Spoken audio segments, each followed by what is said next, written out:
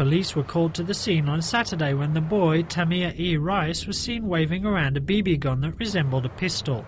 When the officers ordered the boy to raise his hands, he reportedly lifted his shirt to reach for the pistol he had tucked in his waistband, prompting the officers to fire at least 2 shots. Rice was hit in the stomach and died from his wounds in hospital early the next day.